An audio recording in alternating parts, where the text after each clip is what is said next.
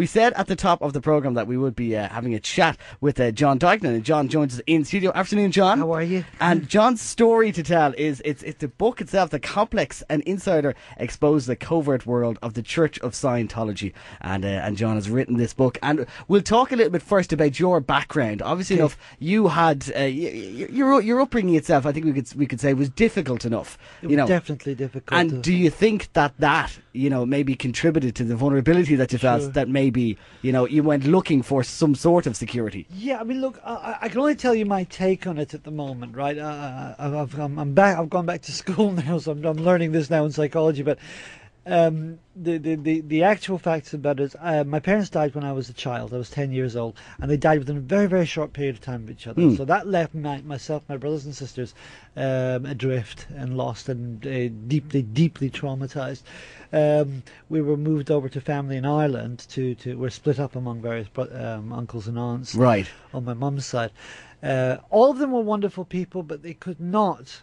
It's impossible to fulfill what the parents can fulfill. Yeah.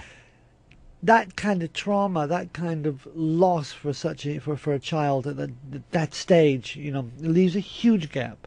And it's not just it's what the parents represent. The parents represent something. They represent safety, security, future, a possibility to live. And there's something that is really, really ripped out of you when they die. Now, I covered it up as a child when I got to Ireland, and it was a lovely few years as just sort of a 10 to sort of 13-year-old. Well, understandably, I think it's the sort of thing that you would do. It's a defence mechanism that you have when you're a 10-year-old, of course. Yeah. Exactly. And then of course it began rearing its head when I was in my teens, and I began to hit quite dark, I suppose depressions is the best way to describe it, really. But definitely difficulties, as well as the typical teenage problems that you get as growing up. I had the problems of this on top of that. Yeah. And I went through life trying to deal with this. And eventually I bumped into Scientology in Stuttgart, and they seemed to offer what I was looking for. Right. And was it as simple as literally met them on the street? It was actually that simple. Yeah. Scientology is geared to find people like me. Yeah.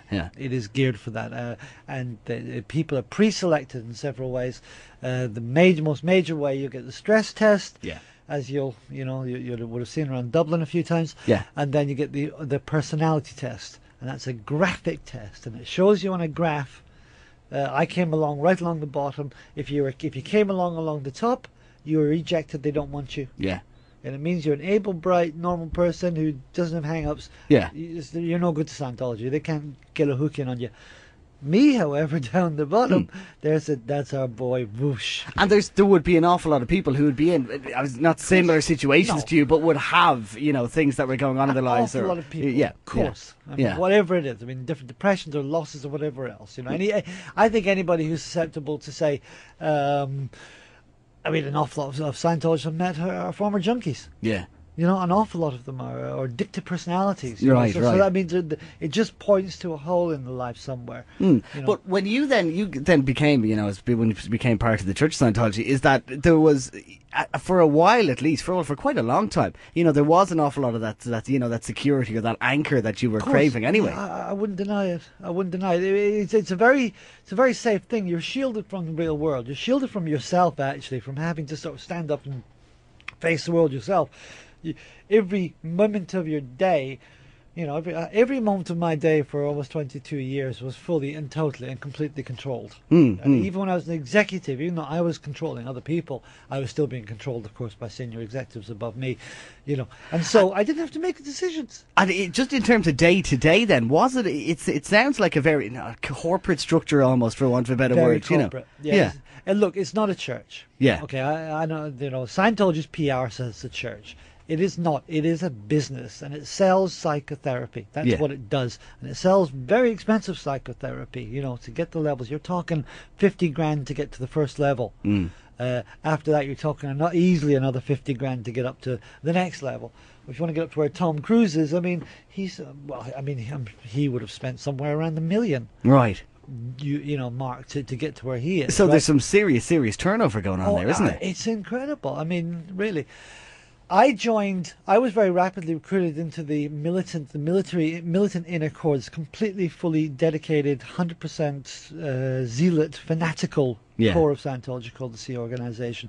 That's not what you see when you walk into Scientology organizations. It's completely hidden, but it's the steel or the metal in the spine of Scientology, and it owns everything. It owns all the bank accounts. The Sea Org owns all the buildings. It owns all the licenses. It licenses Scientologists to do Scientology, and those Scientologists pay to do